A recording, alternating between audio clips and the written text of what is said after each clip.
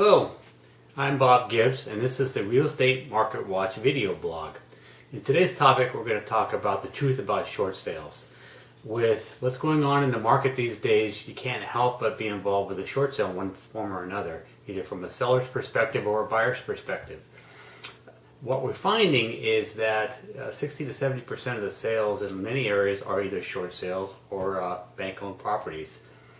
So what is a short sale? A short sale is basically a situation where the owner of the home owes more to the bank than it's worth.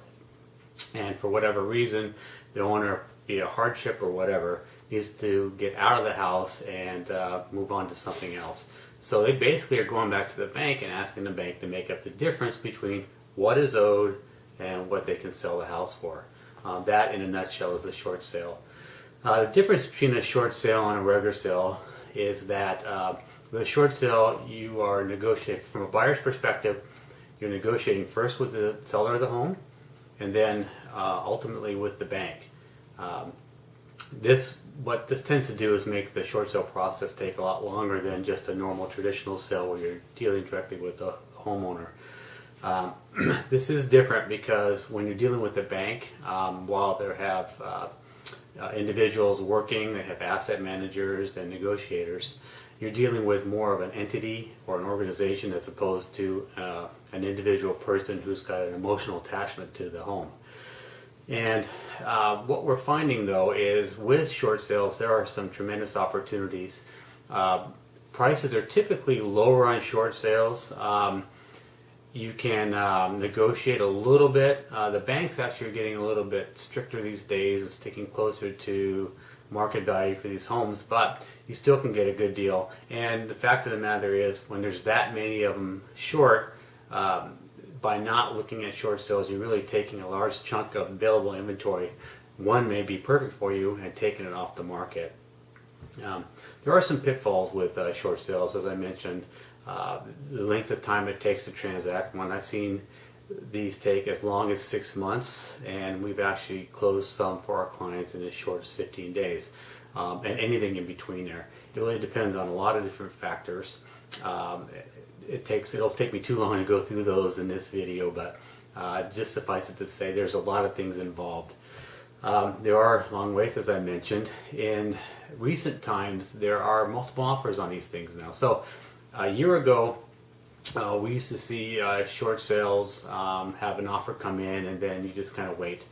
Now we're seeing multiple offers on these homes because they've been priced so attractively, and there is a sense that the economy has turned around, at least as far as homes go in the San Ramon Valley, that the economy has turned around, home prices are stabilizing, and actually in some cases they're going up a little bit each month.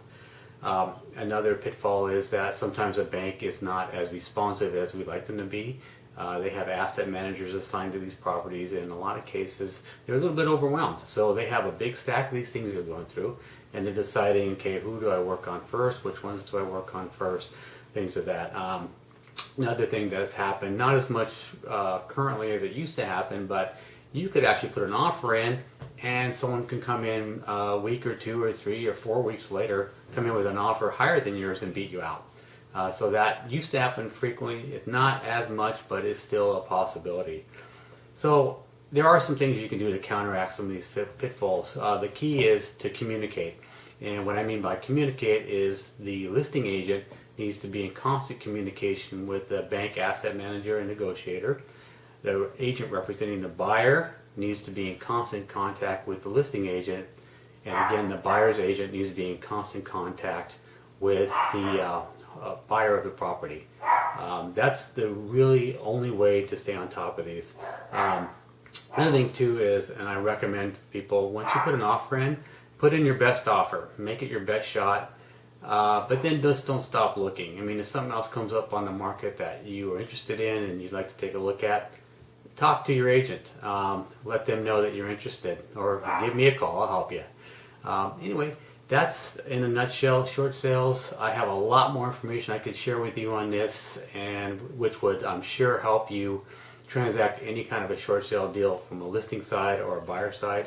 One disclosure here: if you are attempting to list your home, and you think you're going to have to list it short, I would highly recommend talking to a real estate attorney first to make sure you understand any tax implications and put into place some remedy for that prior to listing your home, and definitely prior to accepting any offers.